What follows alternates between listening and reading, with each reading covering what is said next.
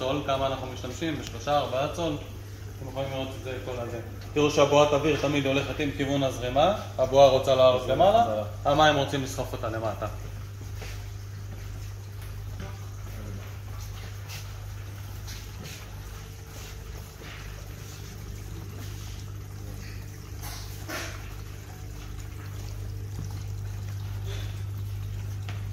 סמי, אתה יכול להתחיל לפתוח לנו את הברזים של השסתום האוויר? השיט של הספיקה.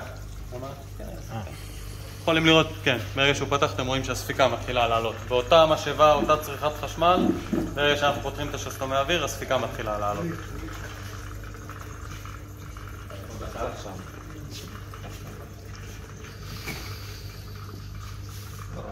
ברגע שפתחנו שסתומי אוויר, אתם רואים שאנחנו מגיעים לזרימה בחתך מלא, זרימה יעילה. איפה? מי מוצא לי? למה פה? לא עלה?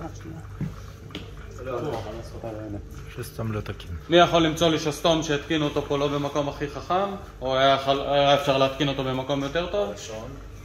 נכון מאוד. אם תסתכלו, מי שהתקין אותו, התקין אותו במקום הכי גבוה, והוא צודק. אבל תסתכלו שהזרימה רוצה לסחוב אותו לפה.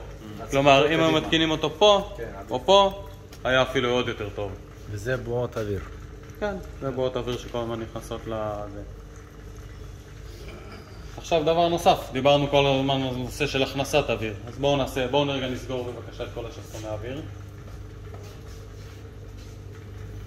עכשיו אני סוגר את המשאבה. ואני מרוקן את הקו.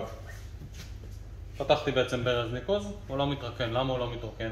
כי האוויר, לא נכנס אוויר. אין כניסת אוויר, עד שלא תהיה כניסת אוויר לא יתרקן. עכשיו כמה יש פה? 20-30 סנטימטר, זה ואקום שהוא לא נורא, הצינור יודע להחזיק 20-30. אבל אם הקו הזה הוא יורד מכפר חרוב למטה לכנרת ויצרתי ואקום כזה, מה קורה? קבלתי פיתה. כמובן ברגע שאני פותח אתם רואים שהאוויר בעצם זה שומר לנו על הקו, שומר לנו מהוואקום, האוויר נכנס והמים מתחילים להתנקז.